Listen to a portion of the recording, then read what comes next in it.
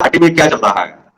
आप बताइए क्या चल रहा है? क्योंकि 370 आईटी तो ये आश्वासन ये दिलाया गया था कि सब कुछ सही हो जाएगा, हम सब कुछ ठीक कर लेंगे, तो अभी तक ठीक क्यों नहीं हो पा रहा है? देखिए, निश्चित तौर पर सब कुछ सही होगा भी और उसके प्रयास भी किए गए हैं भारतीय जनता पार्टी के द्वारा और माननीय मोदी जी की सरकार के द्वारा। आप देख कितनी लाशों के बाद में सही होगा? कितनी लाशों के बाद में? कोई ना कोई तो लाश अंतिम होनी चाहिए, कोई ना कोई बात अंतिम होनी चाहिए। जो हो रहा है, यदि वहां पर कोई हिंसा हो रही है तो मैं उसकी घोर निंदा करता हूं, वह गलत है। और हो रही है, आपको मालूम नहीं है? अविरल जी, इतनी घटनाएं होगी वहां पर जो है, हत्याएं हो चुकी हैं और हो रही हैं लगातार। आप बोल रहे हैं कि ऐसा कुछ अगर हो रहा है तो मतलब आपको पता नहीं है कि घाटी में क्या हो रहा है, घाटी में क्या चल रहा है? मुझे सब कुछ मालूम है, मैं आगे स्पष्ट सारा कुछ करने वाला हूँ। 1 मिनट का समय आप दीजिए, मैं बता देता हूँ उस बात को। ये जो वहां पे चल रहा है, 370 और 35 से हटी थी, उसमें ये कह रहे थे हजारों लोग मरेंगे, लाखों लोग मर जाएंगे, खून की नदियां बह जाएंगी। कुछ हुआ वहां पर? वो मोदी जी की सरकार थी, केंद्र में गृह मंत्री अमित शाह जी थे और वहां पर कोई घटना नहीं घटी। इस बात पर सराहना आपको करनी चाहिए माननीय मोदी जी की और अमित शाह जी की और भारतीय जनता पार्टी की कि भाजपा के नेतृत्व में 370 एक भी व्यक्ति की किसी भी राज्य में अगर किसी आतंकी के द्वारा अगर मौत होती है, आप सुन लीजिए अविरल मलिक साहब, आप सुन लीजिए मेरी बात, आप सुनिए। एक व्यक्ति की भी, चाहे वो कांग्रेस का शासनकाल रहा हो, चाहे वो भाजपा का या फिर अन्य शासनकाल रहे हो, किसी भी राज्य में अगर कोई आतंकी घटना होती है तो मैं उस राज्य का कोई समर्थन नहीं करूंगा। एक मौत भी होती है, क्या यहाँ पर एक और मैं तराजू लेकर के नहीं बैठा हूं कि किसके शासनकाल में 500 मरे, किसके शासनकाल में 300 मरे। मैं तराजू लेकर के मौतों का सौदागर नहीं हूं जो यहाँ पर सौदा करूं कि इसकी सरकार में जितना कम हुआ है वो अच्छा हुआ है। नहीं हुआ अच्छा, बिल्कुल नहीं हुआ और बिल्कुल रोकथाम अब लगे कि सवाल ये है आपसे भी और आने वाली सरकारों से भी। सवाल मेरा तो यही रहेगा, दूसरों का मालूम नहीं है कि वो क्या करते हैं। देखिए, हम भारतीय जनता पार्टी के लोग हैं, संघ परिवार के लोग हैं। यदि किसी को जरा सी चोट भी लग जाए तो भी हमको दुख होता है। हम उस प्रकार के लोग नहीं है कि अगस्ता वेस्टलैंड घोटाले कर ले, बड़े बड़े घोटाले कर ले, 1984 के दंगों में हजारों लोगों को उसमें नरसंहार करवा दे। हम उस प्रकार के लोग नहीं है कि कोई आपने 84 के दंगे जो हुए थे, जिन्होंने करवाए थे, क्या आपने उनको अंदर किया? घोटाले नहीं किए हमने, वो फोर्स घोटाला नहीं किया हमने। 370 और 35 से हटाई, जो कि देशभक्ति का काम है। घोटाला किया किसने, मुझे जरा आप बताएंगे अविरल मलिक साहब? ये जो फोर्स और आपने जो बताया है, किसने किया घोटाला? ये कांग्रेस पार्टी ने किया। और किसने किया? राजीव गांधी जी के समय में वो फोर्स। कितने लोग अंदर आपने किए? सरकारें आपकी भी रही, आपने क्यों अंदर नहीं? देखिए, कौन करेगा? वो पब्लिक ने अंदर कर दिए। ऐसा है, पब्लिक नहीं, अमेरिका को नहीं, जो पब्लिक ने अंदर कर दिया तो संविधान से चलता है ना, पब्लिक से थोड़ी नहीं चलता। आप यहाँ पर आप बैठते हैं, जानते हैं ना, ये संविधान से देश चलता है।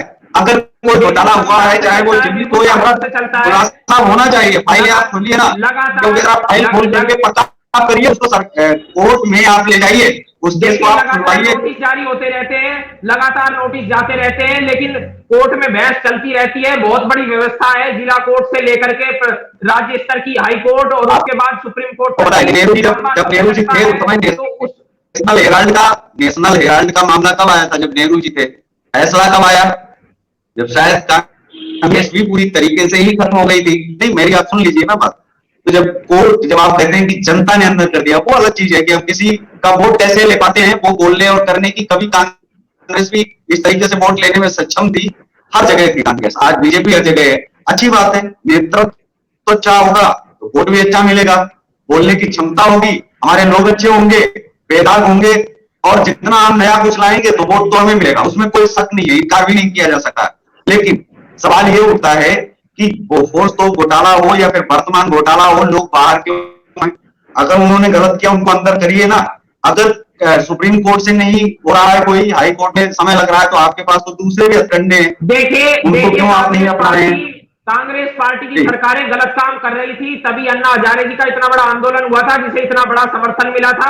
और फिर 2014 में मोदी जी की सरकार भी भारी बहुमत के साथ आई और 2019 में फिर से मोदी जी की सरकार। ठीक है, लेकिन उन्होंने गलत किया उसको साबित करिए ना। हमने वादा किया था और जो हमने ये तो एक चिल्लाने वाली बातचीत हो गई, एक चिल्लाने वाली बातचीत हो गई। लेकिन मेरा सवाल ये है कि अंदर क्यों नहीं है? बाहर क्यों घूम रहे भाई? बाहर क्यों घूम रहे? इन्होंने तो किया है ना घोटाले पे घोटाले। मैं तो बोलता हूं इन्होंने पूरा देश लूट लिया। मेरा, अब मैं बोलूंगा नहीं तो ये लोग तो बोलते हैं कि मेरा 15 लाख चला गया। हालांकि पता नहीं उन्होंने ऐसा बोला था या नहीं, बयान हालांकि बाद में मोड़ा गया था। मेरा तो ऐसा कुछ नहीं गया है एक पैसा, लेकिन मैं ये जानता हूँ कि देश में इन्होंने बहुत सारे घोटाले किए, लेकिन घोटालेबाज लोग बाहर क्यों घूम रहे हैं? मेरा सीधा सा इतना है कि इनके खिलाफ FIR भी है, तो इनको अंदर क्यों नहीं किया गया? ये बाहर क्यों घूम रहे हैं? क्या देश संविधान से चलेगा या फिर ऐसे चलेगा? अभी यहाँ पे जितने भी पैनलिस्ट बैठे हुए हैं, अगर ये बात कहें किसी से भी, तो मुझे पूछवा दीजिए कि 15-15 लाख नहीं मिला। मैं कहता हूँ 15 लाख की बजाय मोदी जी ने 1500 करोड़ का फायदा कर दिया हर व्यक्ति का, क्योंकि मोदी जी ने इतनी सारी योजनाएं चलाई। 370-35 से जो हटना था, जो हमारा सपना था बचपन से जो देखते थे, उसको पूरा किया। तो मोदी जी ने इतना कुछ काम किया, उसके बाद भी मोदी जी को श्रेय नहीं देते हैं ये लोग। इन लोगों नहीं, के सवाल मैं पद्मा जी से ले लेता हूँ, और वो अगर 15 लाख की बात करती है तो मैं जवाब उनको दे देता हूँ।